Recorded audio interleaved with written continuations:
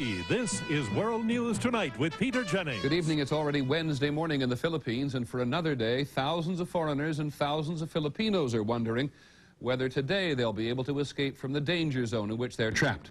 Rebel soldiers trying to overthrow President Aquino still have the upper hand in the heart of Manila's financial district, which is called Makati.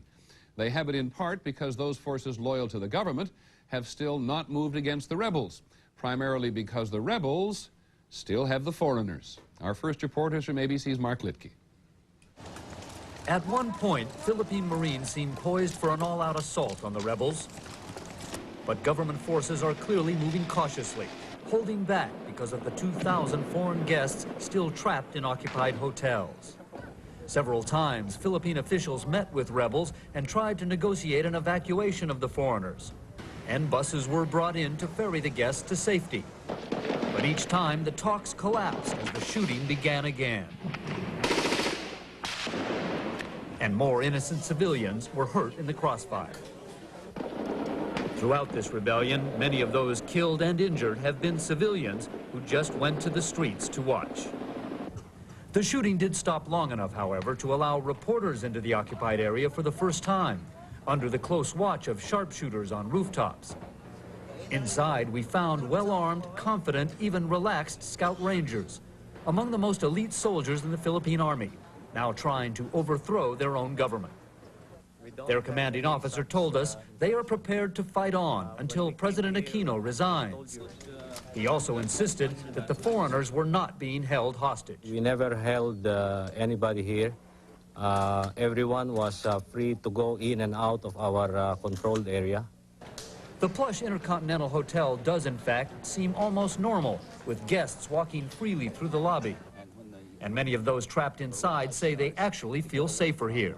This hotel is probably not the safest place in the world to be because of all the fire around here, but it's much safer than being out in the streets. As if to emphasize that point, heavy gunfire erupted again at dusk, forcing guests and reporters inside the hotel to hit the floor and scramble away from windows.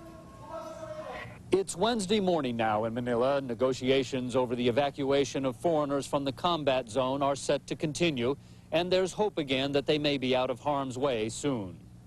But neither side is willing yet to negotiate a peaceful end to this bloody rebellion. Mark Litke, ABC News, Manila. It is the sixth attempt to overthrow the Aquino government and the most vicious so far. At least 77 Filipinos have been killed and more than 500 injured. It is now the sixth day of fighting. Already there are signs of consequences for the Philippines that may be felt for years. ABC's Bill Redeker is also there. This rebel tank was destroyed by a pro-government soldier. He then discovered his brother was inside. The wife of a rebel leader on local television appeals to her husband to give up. Many lives have been lost already. So please, if you still care for me and your children, please come home. Go back to your camp. The rebellion has sharply divided the Filipino people, and the damage has extended well beyond Manila's downtown battlefield. The Philippine economy, heavily dependent on tourism, is now expected to experience negative growth in the year ahead. Until last week, it had been growing at a respectable 6% a year.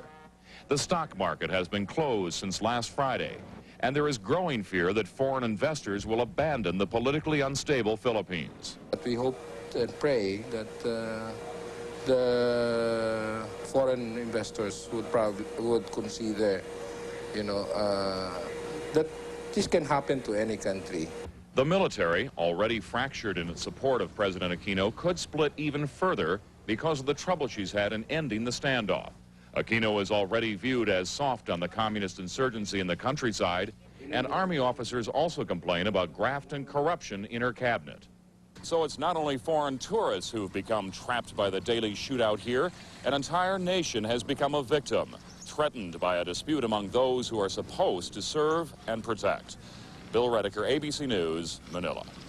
Well, the most immediate concern for the Bush administration is the Americans actually trapped by the fighting in Manila, and then the fate of a government. The president went out of his way to help last week when he ordered U.S. jets into the air over the Philippines to support President Aquino's forces on the ground. ABC's John McWethy is at the State Department. Just minutes after arriving home from the Malta summit last night, President Bush called Corazon Aquino on the telephone to praise her for how she is dealing with the uprising. According to White House Press Secretary Marlin Fitzwater, Aquino did not ask for additional military help, and the president did not offer any. The U.S. has been urging the Philippine military not to use indiscriminate force against the rebels who are holding the hotels. We greatly appreciate the restraint demonstrated so far by the Philippine government forces in light of our expressions of concern about the safety of Americans in the area. Those 200 or so Americans are not regarded as hostages by the U.S. government, but as innocent people trapped in a combat zone. As to reports that Americans might be singled out by the rebels for tougher treatment, all I can say is really that there is no indication that we have that Americans have been the targets of attacks. Though there are questions within the U.S. government about just how effective Corazon Aquino has been as president, officials say the Bush administration plans to back her every step of the way, because she was, after all, elected president. John McWethy, ABC News, the State Department. In San Salvador, an American woman who's been accused of helping the anti-government forces appeared in court today. Jennifer Casolo, a church worker, was arrested last month after authorities found guns and ammunition buried in her backyard. She says she didn't know the arms were there. We are innocent. We're confident that the truth will come to light. The judge has 3 days to decide if there's enough evidence to actually put her on trial. In Colombia today, an official report on the Avianca plane crash of last week. It was a bomb. More than 100 people on board were killed when the Boeing 727 blew apart just after taking off from Bogota. A telephone caller at the time claimed that drug dealers did it because 5 police informers were on board. In just a moment, how far and how fast they have fallen in East Germany. The former communist leader Erich Honecker is now under arrest. And later in the broadcast, the threat that lasts almost forever, the problem of storing nuclear waste. And finally tonight, how one man won the lottery by playing basketball. This is World News Tonight with Peter Jennings, brought to you by AT&T. Erich Honecker, the man who ruled East Germany for 2 decades, is under house arrest tonight, in part because of his luxurious house. Just one more symbol of government corruption and abuse while he was in power. And today, 30 other former Communist Party officials were also detained. Mr. Honecker is reported to be confined to the party compound at Wandlitz, a suburb of Berlin. Here's ABC's Jerry King. A guard at the luxurious compound would not say tonight if the former East German strongman was being held here. But according to a deputy prosecutor, those under house arrest were the Politburo members who resigned in mid-October. And that group included the 77-year-old Honecker, who had ruled East Germany with an iron fist for 18 years. Since then, the whole of officialdom in this country has come unglued. Arrested tonight was the country's most famous lawyer, Wolfgang Vogel. He was charged with blackmail. Vogel's the man who negotiated major East-West spy swaps and the release of Soviet dissident Anatoly Sharansky. He was also the lawyer for Alexander Schalk-Golodkovsky, a former top trade official now wanted for arms trafficking and fraud. When he fled the country Sunday before he could be arrested, the public outcry was so strong, East Germany's prosecutor and his deputy both resigned. And tonight, so did the entire leadership of the security police.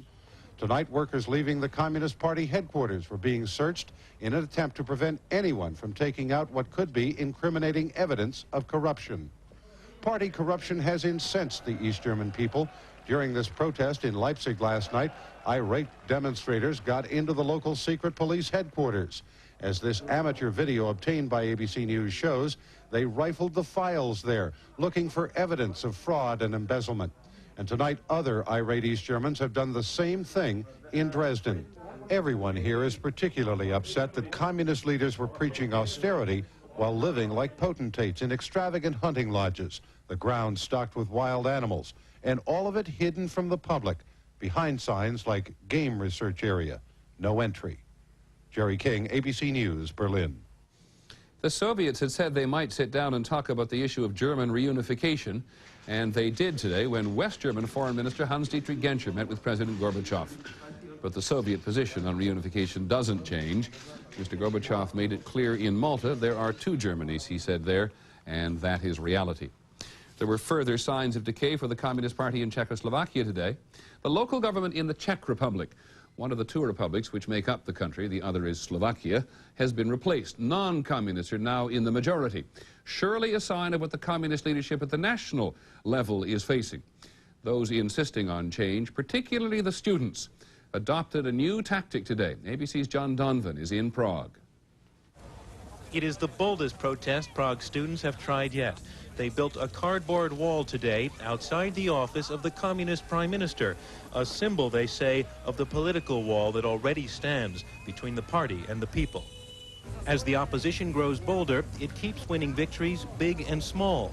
Civic Forum had demanded office space from the government. Today they got it, space that had belonged to the Soviet Czechoslovak Friendship Society. Students had demanded an investigation into the national police for beating them up. Now a parliamentary commission has confirmed that police did use brutal force and may be brought up on charges. And Communist Party leader Karel Urbanek went on television to meet another demand, announcing that the Soviet invasion in 1968 had been a mistake. And perhaps most significant, the regional government in the western part of Czechoslovakia changed its leadership, giving most top jobs to non-communists. But for the opposition, all this is not enough. Again tonight, Civic Forum threatened a national strike unless more communists are removed from the nation's cabinet. And tonight the opposition invented a new kind of protest, one that takes its inspiration from centuries of Czechoslovak tradition. For it is on this night, legend says, that St. Nicholas travels the land, giving good children candy and bad children potatoes and coal. As these St. Nics marched through Prague tonight, they had something for the communists, and it wasn't candy. John Donvan, ABC News, Prague. The Czech opposition's agenda for today. When we come back, the American agenda, politics and abortion, and the Catholic Church.